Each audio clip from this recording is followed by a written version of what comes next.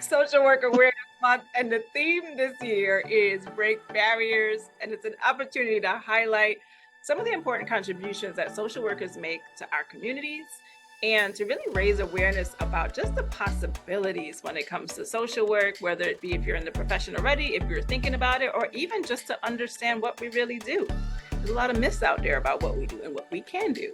And it's also a moment to pause and think about who are the social workers in our lives and what do they really do. So my name is Amanda Fludd. I'm also a social worker and the curator of this audacious project to bring you a social worker a day for the next 30 days. And joining me today is Sharon Robinson-Clayton, who is a MSW, a Masters of Social Work worker, and she is here with us. So welcome, Sharon. Thank you. Glad to be here. Oh, Happy Social Workers Month. Yes. Happy Women's History Month. All Oh, of that. yes. We're celebrating so much this month, right? And a dynamic month. So we'll just get right to it with you. What does break barriers mean to you? Okay, so breaking barriers means to me is either is either pushing through, going around, or dismantling anything that's in the way of a better, more fulfilled life and happiness. Just like a social worker, we don't do it straight. We're going to tell you all the different ways that you can do it. We try to get on to what's on the other side of pain, despair, troubles, obstacles. We, in any way, try to get on the other side of that. So that's what social work is to me. I love it. And in any way, right? I feel like we really are determined to help you get to your best self. And sometimes more than you might even want it for yourself, but that's why you need a social worker in your corner, right? Absolutely. When it comes to this work, what do you love about it? What do you love about being a social worker? So I love helping people to realize their potential. And just as you said, helping people to live their best possible life. And sometimes they don't realize what might be in the way of them doing that. And sometimes they do. Sometimes they know, this is my problem. I'm here to talk to you about this problem. I'm here to tell you about this. Sometimes you're listening and you're hearing things that, that you're making connections and helping them to make connections, things that are getting in their way of in feeling full, living their full life, living without pain, living without, I work in the addictions field. So living and really feeling feelings on, on life terms and, pushing past pain. Right. That's what I love about being a social worker. It's about helping someone to get to a better side or a better place. And I think what's interesting with our work, better is really the person's definition, right? Because we can see a whole definition of what we think it is, but the client may not be there. And as you mentioned, the addiction field, like I'm curious about that. Like, do you see people at different levels of change or different stages of change? Oh yeah, you see the full gamut. You see, people who don't realize what they're doing is a problem, don't realize that their use is getting in the way of living a full life, hurting themselves and their families. They don't see that. So that's someone who's like totally unaware of their problem. You see some who fully acknowledge that they have an issue and they're coming to you because maybe they've tried before, and they were unsuccessful, but they don't know what's getting in the way of them living a sober, drug-free life. And they've had many attempts and they don't know what the barriers are actually that's keeping them from living a fuller, happier life. And so sometimes you're listening to what are some of the patterns and what are some of the things that they go back to and what are some of their triggers that they can't necessarily they're almost like powerless over unless they realize and recognize what it is that's triggering them to go or to resort to use.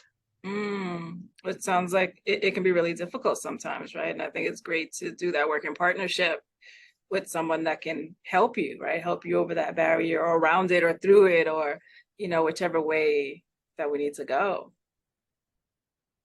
Yeah, definitely. And like I said, sometimes you encounter people who are just so even just so beaten down by the fact that they've tried before and they haven't recognized like what are their, actual barriers. And I love that. I love it when someone's come to me and they've had a couple of different attempts, and for whatever reason, our work together has helped them to make a new connection, find a new understanding, and really walk the road of recovery.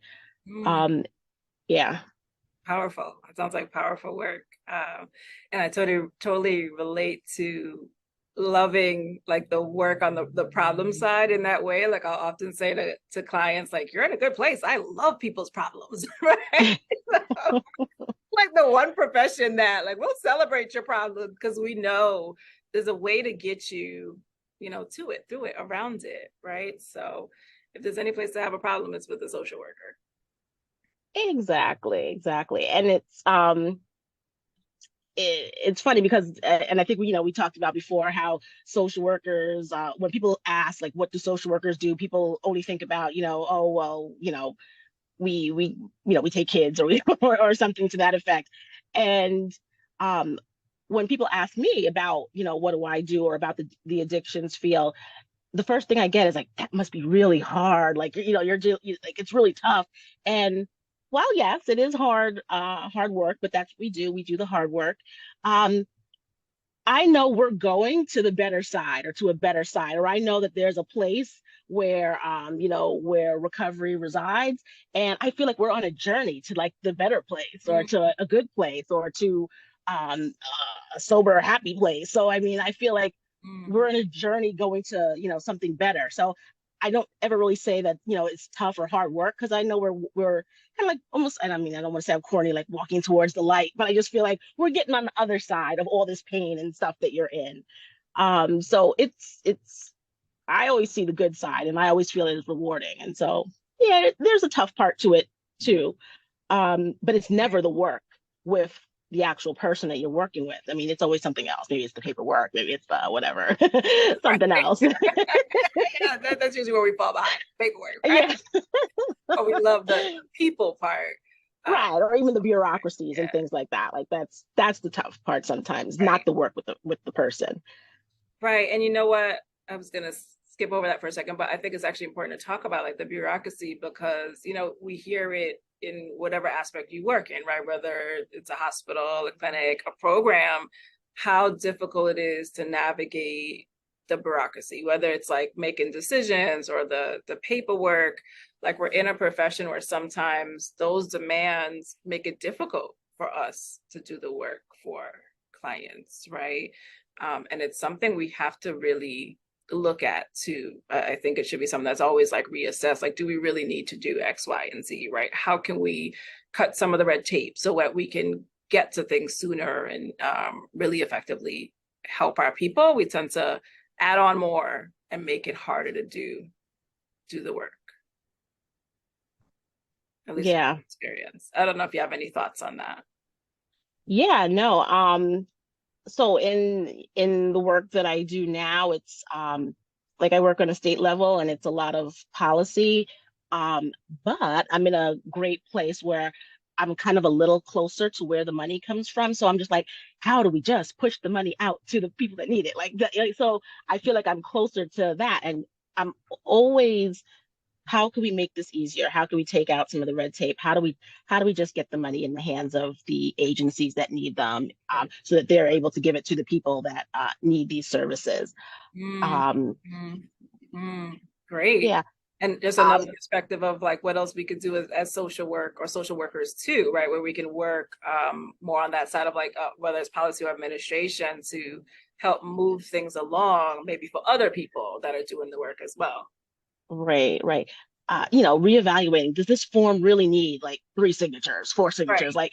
Like, really, can we get past that, get around that? So again, it's more of that pushing through, breaking down these barriers that, things that we don't really need to do anymore. Reassessing, and getting to a more efficient place. Mm-hmm. Um, that, I have the opportunity to kind of work on that on a regular basis. And again, whatever cuts the red tape that kind of gets more services to making direct services more direct Mhm. is is what I strive to do. And I Yeah. think where social work should be, helping to, reduce some of that. Mhm. And it, again, gives us a different perspective in terms of the barriers. Sometimes the barriers is like within our own, just our system of doing things. And it isn't just like an external force that we've got to figure out how to navigate, but it's also what do we bring into the table? How are we helping? How are we making that difficult, or how do we make it easier? Which is a great question. Maybe everyone should ask that of themselves this month. Right? How do we make this? Right, right. How do we can we make something a process, simpler? How can we, reduce some of the extra layers? Mm-hmm. Yeah. I mean, you touched a bit on your work a little bit. I don't know if there's anything else you want to add in terms of just the work you do and from your perspective, how else it might break barriers.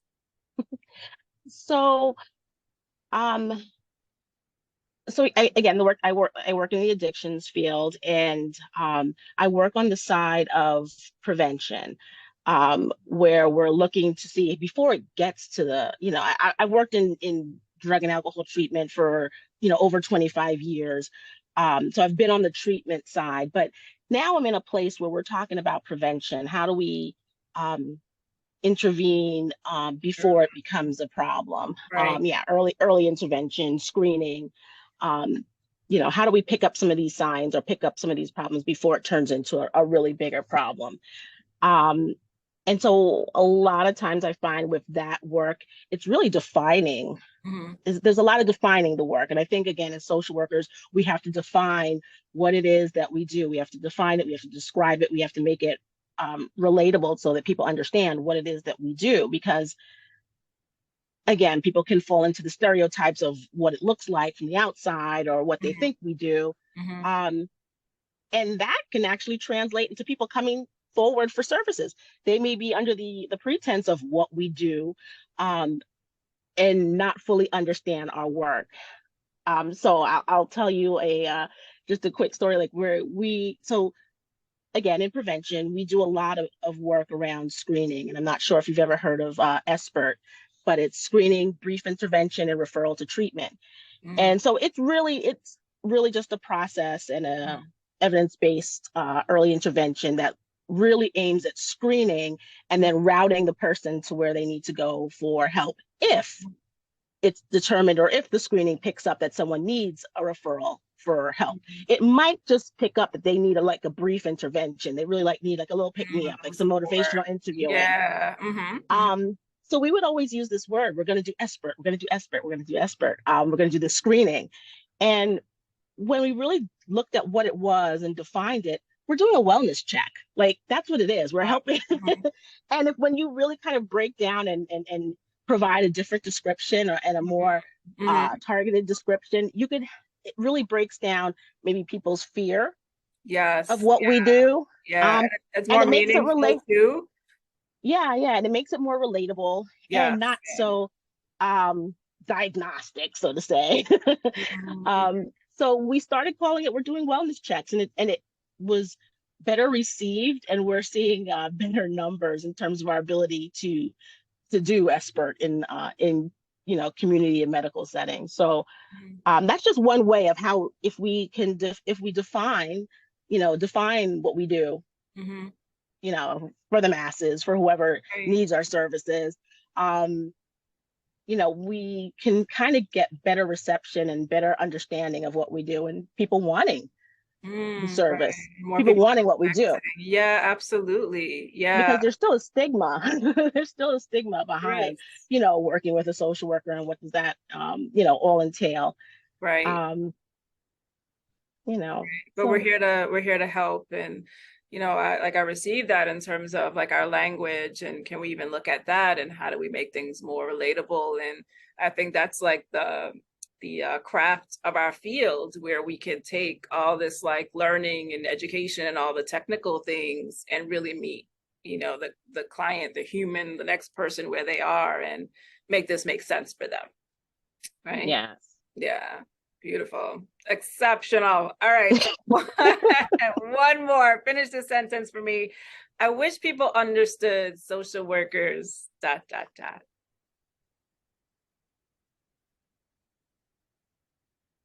I wish people understood social workers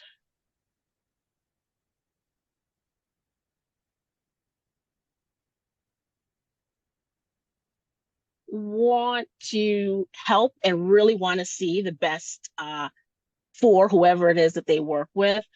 We really have a interest in your well-being. We really have an interest in seeing people well and living their best lives, so to say. I think it's connected to not just because we have an interest in the person sitting in front of us, but it's connected to our communities, it's connected to our families, it's connected to schools, it's connected to all that we do. So while yes, we're working with one person and or maybe groups of people in front of us, but all of that is connected to things that touch us, right? That Right. touch our personal life. Like I want you to be well because you walk on the street next to me. So I think it's just we want a well-being for whoever it is that we're working with or whoever the groups are that we're working with, the populations we're working with.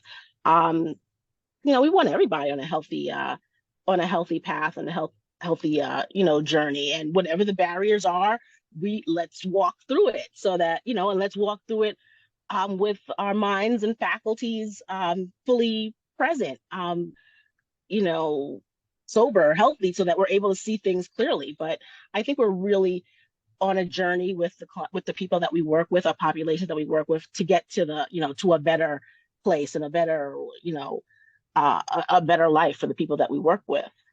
And I think we really want that because it's personally connected to, to us as people.